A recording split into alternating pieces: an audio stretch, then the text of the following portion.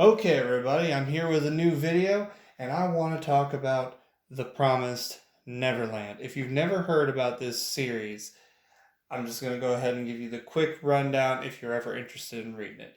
It's about a bunch of kids, and they live in this orphanage, and at this orphanage, they take a bunch of tests and everything. These kids are like the best of the best, and every now and then, one of them gets adopted.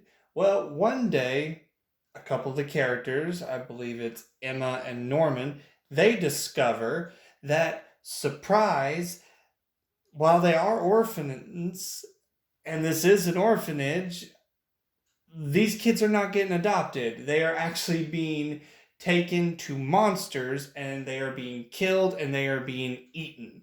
The lady who's raising them, who they call mom, is basically creating, not creating them, but she's raising them to be livestock, and that is all they are. And these two, Emma and Norman, along with their best friend Ray, they all have to figure out a strategy on how to get away from this miserable, this Neverland that they can never leave. They'll never get older, they'll always die. And that, you can almost say, it's a promise. I know there's more to it than that, but, bare bones there. But either way, if you're ever interested in reading this series, that's pretty much all you need to know to get started. And I will go ahead and say there's going to be some spoilers. I'm going to try my hardest to do this in one take, and there's not going to be a lot of editing. So if I mess up anywhere, I apologize. So let me just go ahead and say once again, if I didn't already say it, there's going to be a lot of spoilers because I have a lot to talk about. So let me just go ahead and tell you. Books 1 through 11.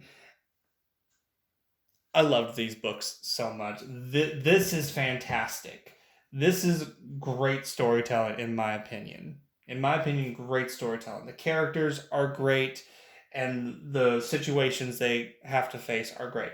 So, you have the first few books, and it makes me think.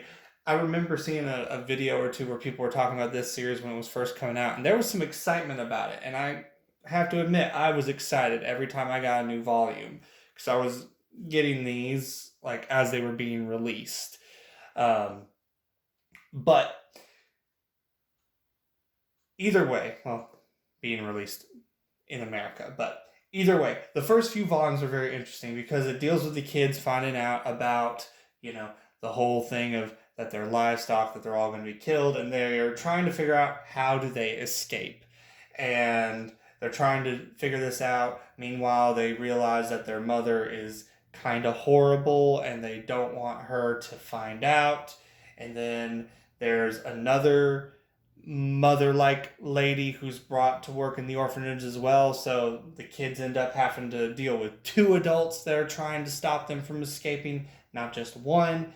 Well, either way, the kids within the first four, if I'm mistaken, they do succeed in escaping. And in volumes 5 through about 7, I believe, 7 or 8, I think it's 7, the kids are wandering around in the wilderness because they don't just find out that, that they need to escape. They find out that there's a guy, his name is William Minerva, and he's actually kind of left some like little clues on how they, where they need to go, if I remember correctly. It's been a little while since I've read these, but he's leaving little clues like, hey, if you just go here, there'll be, something waiting for you there. So they manage to go out into the world. They get to this safe house, and, it's pretty cool that these kids are trying to find a place where they can truly escape, because that's what this whole series is about. These kids trying to escape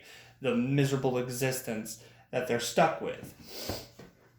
And one thing I love about these first 7 volumes, I'd say, maybe a few more, but particularly these first 7, is that one way in which these kids learn on how to escape is through hide and go seek, through children's games. And it's pretty awesome.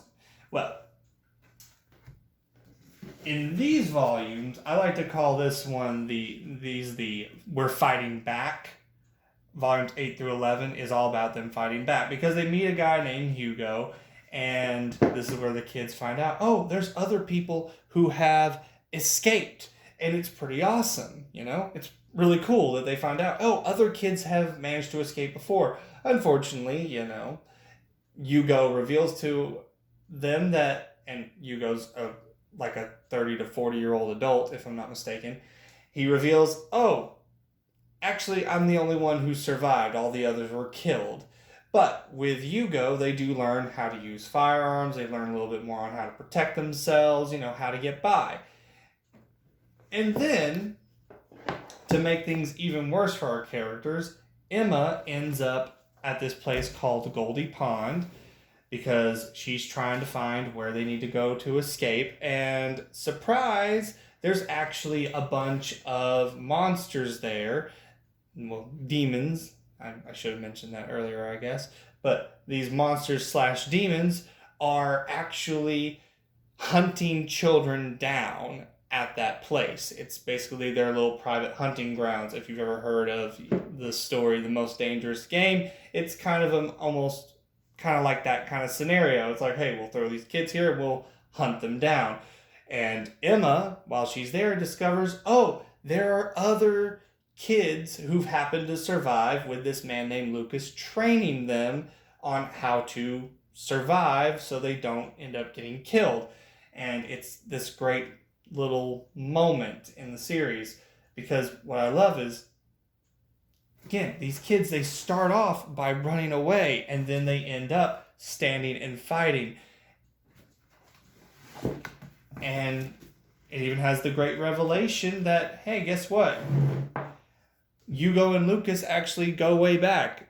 Lucas is one of the kids who also managed to survive, but obviously he survived in a different way than Hugo did. Hugo survived because he ran away, and Lucas survived by continuing to fight. But either way, these volumes are a wonderful natural progression of the story. They are awesome, in my opinion. I love them to death. They kept me excited. And as of the last several months, I managed to collect the last 8 volumes, 12 through 20. And let me tell you, I'd heard people say that the series goes downhill. I've never watched a video really about it, but I saw when the anime came out, people were super excited for season 1, and then season 2, everyone was like, it seemed. Everyone hated it. And I was hoping a lot that this was going to be a Tokyo Ghoul situation, where the first season was a wonderful adaptation for the most part, and season 2 just like went off the reservation or adapted things too quickly, which is what Tokyo Ghoul did.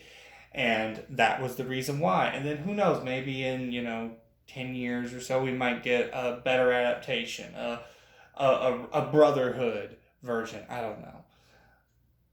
But now that I've read these, my word, there's nothing I feel like that can be done to fix it, because it really does go downhill.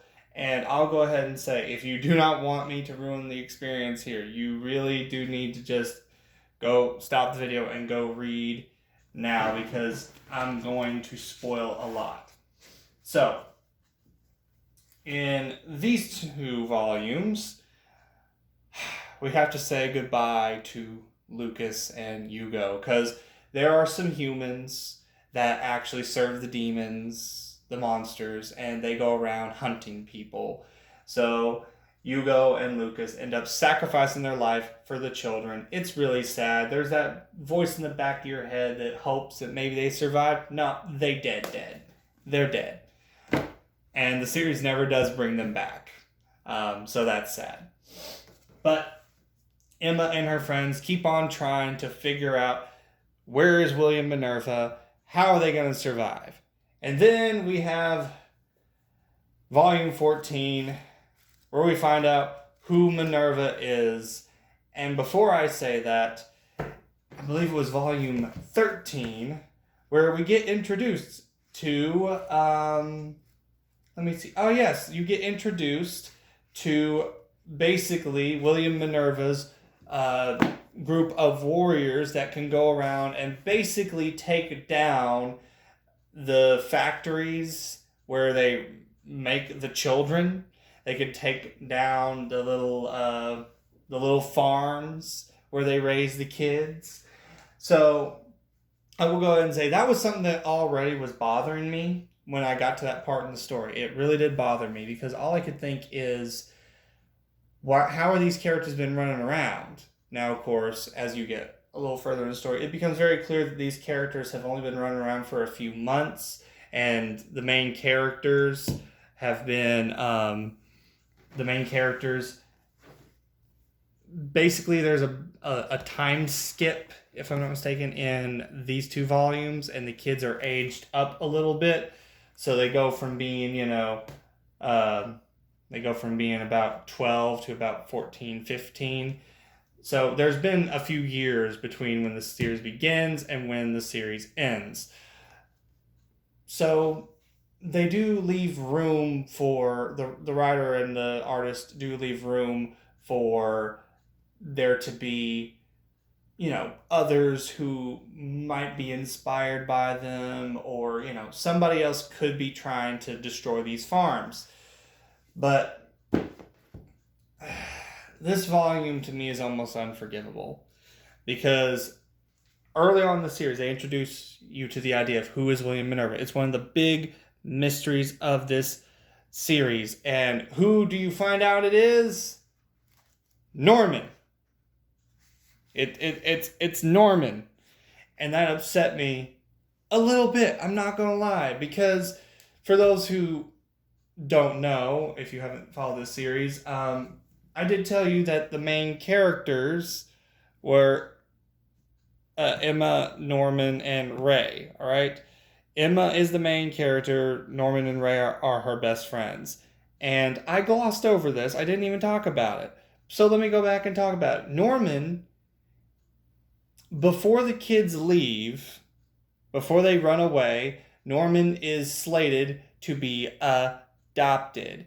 But obviously, he's not going to be adopted. He's going to be killed.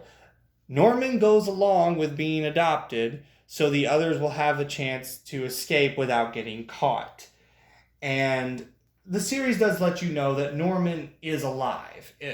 Over time, you do find out, okay, clearly Norman is still alive. But not that he's William Minerva. Because William Minerva is supposed to be older than everybody else. He's supposed to have been around for some time. Maybe he's alive, maybe he's dead. You don't know.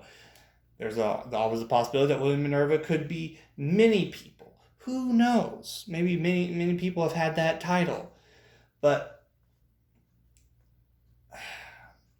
turns out that while Norman was away from the rest of the main characters, he was experimented on by the monsters, and a bunch of others, basically that squadron of 4, they managed to break free from their prison, and now he's been running around pretending to be William Minerva.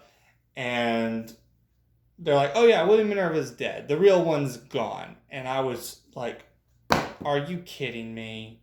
Seriously? We've waited 14 volumes just for that to be our big reveal. It just sucks the life out of the story. And it keeps going on downhill from there because you find out that Norman, he wants to kill the demons, which obviously that's kind of a logical thing to do, kill the demons. Makes sense. But apparently Emma doesn't want to kill the demons. She wants everybody to live in harmony, and she wants all the kids who have been, who are going to be killed to get to go back to the human world, because there is a human world. They live basically you find out at the end that humanity is in the real world, and the demons and these kids are in a completely separate world. So there's several volumes of basically Emma and Ray trying to figure out how they can get the children out without having to kill the demons, because you find out that there's this god character that they need to go make a promise with, because there was a promise that was made some time ago that basically set the world that these kids live in the way it is. So there's where that promise really comes in. The promised Neverland, where these kids are never going to grow up. So that's kind of a cool idea. But while Ray and Emma are trying to deal with that, Norman and his crew are going to fight the demons, because they are going to go to the city capital. They are going to kill the queen. And I'll go ahead and cut to the chase. They succeed at that. And Norman lies to his friends. He has strategies to ruin what his friends are trying to do. There's even two particular demons. Mujiki, I believe that's how you pronounce her name, and the other guy, his name is slipping my brain, but I'll just stick with Mujiki right now, because Mujiki, who I also neglected to talk about, she is a bad-blooded demon, and the bad blood demons, basically, if you drink their blood, the demon doesn't really want to eat humans anymore. They don't have to eat humans to survive, because that's how the demons survive, because it's part of their food chain. So obviously anyone with a brain would say, hey, go get the bad blood demon, give their blood to all the other demons, and guess what? You don't have to kill anybody. Problem solved. But obviously Norman and his friends are like, we were tormented. We want these demons dead. So there's this big battle, which, I mean, the battle is fine. Don't get me wrong. The fight scene is fine. And then, of course, as you can see here, it's Ray and Emma trying to save their friend Norman. And they literally, after Norman has succeeded in killing, well, at that moment he believes he's killed all the major demons, Emma and Ray finally catch up with him, and they're just like, don't do it, Norman. And obviously the thing is, it's already been done. And Norman's like, you're right, we don't need to kill the demons. I'm sorry, I've been taking on all this on my own. And I'm like, oh my gosh, what was the point in all of this? What was the point in what we've been trying to do for basically all these volumes right here? What was the point if you're just going to have a quick heel turn out of nowhere? And I'll go ahead and say, one of the things that really bugs me as the series goes on, I didn't notice it with the first 11, but I really noticed it with like the last like 6 or so volumes, is that the artist and the author that loves, I mean, mainly it's the author, because the author is the one writing the story. The author loves to basically have like the last couple of pages of a chapter reveal basically what's going to happen in the first few pages of the next chapter, but almost kind of like skip some things. So it's almost like they rush the person rushes the end of the chapter, and then they flesh it out in the beginning of the next chapter. To me, it kind of got a little cringe at some points. Not cringe, but a little lazy, a little rushed at points. But I will go ahead and say, one reason why this was so dumb, this whole storyline of having to kill the demons and not wanting to kill the demons, all that stuff, is because I think, how is this story going to end if Norman and his crew didn't kill like the really powerful demons? What was the plan? What was Emma gonna do?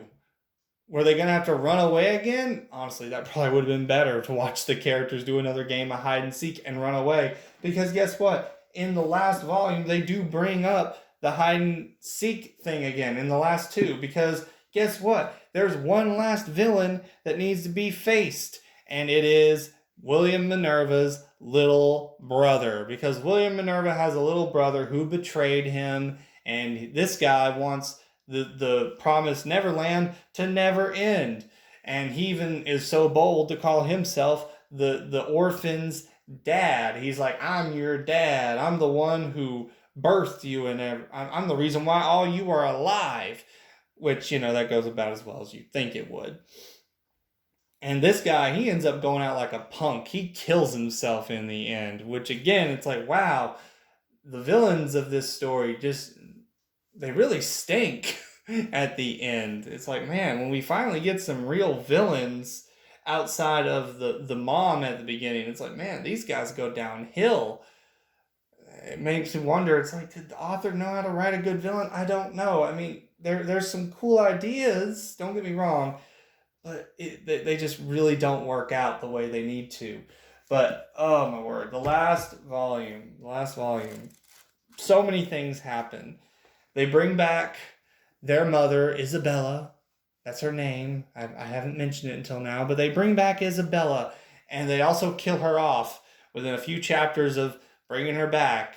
And not only did they kill her off, actually, we realize she's actually not that bad, which that was kind of hinted at early on, so I'm not going to fault the writer for that one. Because, yeah, that was kind of early on. You find out that the mom that these kids were so afraid of at the beginning of the story, she actually wasn't that bad because she's caught in the same system these kids are. It's kind of that whole thing of, everybody in the system turns on each other. And they use each other for their own ends.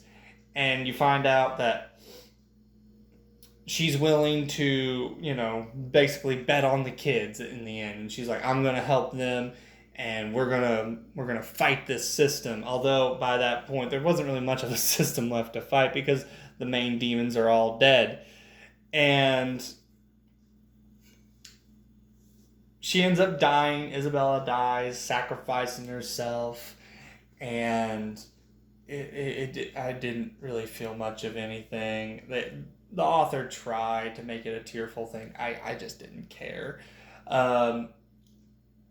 There's a new queen of the demons because there was a queen and now there's a new one, and they make Mujika the queen. And the way they made her queen was just so dumb because Alright, I have to backtrack for just 2 seconds. I'm sorry, this really is a unscripted video. I'm just shooting from the hip.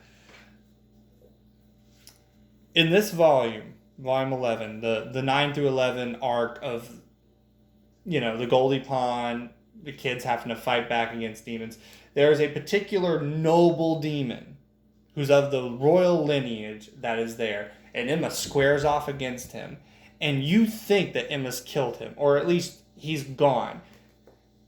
We literally pull this guy out in the 20th volume, if I'm not mistaken.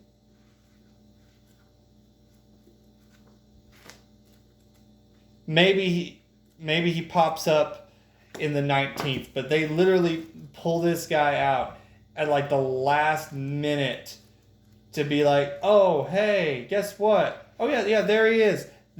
He literally just pops up after being gone for 8 volumes. And it's like, oh, yeah, he's here. And he's like, yeah, this girl needs to be the new queen. I don't want to rule. I'm like, oh, my gosh, this is not good. This is not good. This is not an epic where you really are looking forward to that character coming back. This is that kind of that was a Deus Ex Machina. It's like, oh my word, you literally just dropped this character back out of nowhere, and I didn't even know this guy was still alive. It makes me think of 20th Century Boys, where Kenji comes back later. Spoilers, by the way, for 20th Century Boys. But that series has you begging for Kenji to come back. This one, I forgot all about him. And then, hey, surprise, I'm back. Why? But, final volume, the kids finally get to go home. And Emma has made a new promise with the god demon creature. So for several volumes, from basically, I think, volume 16 to 20, you're wondering, what is the promise that she has made? Because, it can't be these kids get off scot-free. There's no way. There has to be a price. And you do find out the price. Her memories. Emma's memories are gone. And she cannot remember anything that happened. But it doesn't matter because the story literally has it where at the end she comes across her family again, and she cries because she can't remember them, but she feels like she knows them, and they're like, we'll stay together, Emma. And that's the end of the story. The story tries to have a happy ending, and it's not that the ending is horrible, it's just the steps we had to take to get there were just so poorly done. And honestly, in this video, I don't think I've conveyed enough of how poorly I found this story. But needless to say, first 11 volumes are great. I would recommend them to anybody. But these last 8, I don't think I can recommend, because it is not top tier writing. It takes a nosedive in a bad way. There's little glimmers of greatness in there, but it really is bogged down by a story that just really couldn't stick the landing.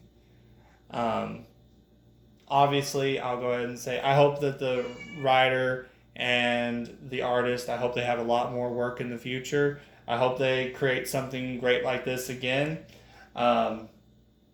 Because I will have to say, this was a series that people cared a lot about. It really took the world by storm as far as I'm concerned. Obviously, it's no Demon Slayer in terms of popularity, but it still took the world by storm. People paid attention to this. So I don't say anything to dump on this series, because I really did like it in the beginning. I really loved it, and I wanted it to continue being great. And unfortunately, it just couldn't stick the landing. It got bogged down by its own story. There were too many. To a certain extent, it feels like the author kind of got backed into a corner, and it's like, oh, we got to wrap these plot threads up, and the questions were better than the answers. And that's always sad as a reader, when the questions are better than the answers. But either way, I'm done talking about this. Thank you for sticking this far. I'll try and get another review out sometime. Don't know when, but we will see. You have a nice day. God bless.